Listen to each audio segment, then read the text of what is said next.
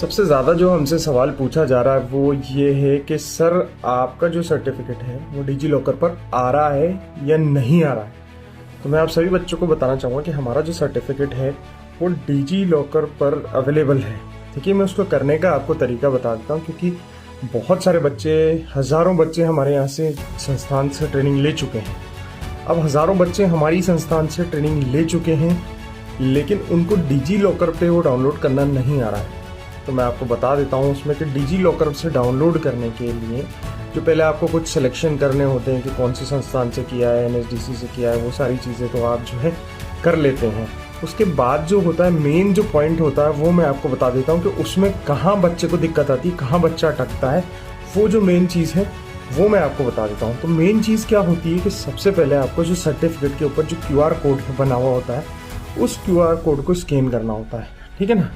अब बच्चे क्या गलती करते हैं, डॉक्यूमेंट फैच करने के लिए जो वहाँ पर डॉक्यूमेंट आईडी मांगा जाता है, तो डॉक्यूमेंट आईडी की जगह आप कैंडिडेट आईडी डाल देते हैं, जबकि कैंडिडेट आईडी जो है वो एनरोलमेंट नंबर है आपका।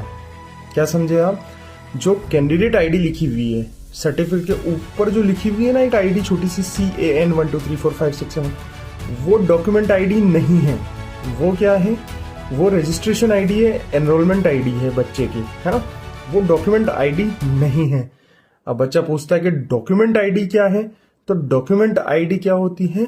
जब हम QR कोड को स्कैन करते हैं, जैसे ही आप उसको स्कैन करोगे तो अंदर एक लिंक आता है। ये सभी को मालूम है, QR कोड जैसे ही हम स्कैन करते हैं तो उस पर एक लिंक आता है।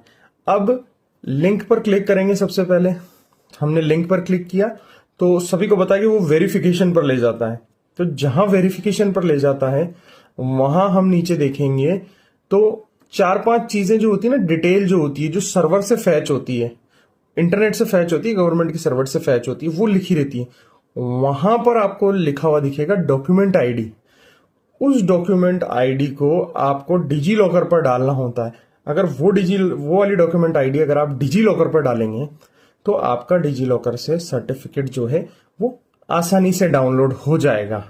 तो ये था एक आज का हमारा छोटा सा वीडियो, जो डिजी लॉकर से डाउनलोड करने की जो बच्चों को समस्या आ रही है, मैंने सोचा कि एक छोटा सा वीडियो बनाकर उनको बताया जाए। Thank you.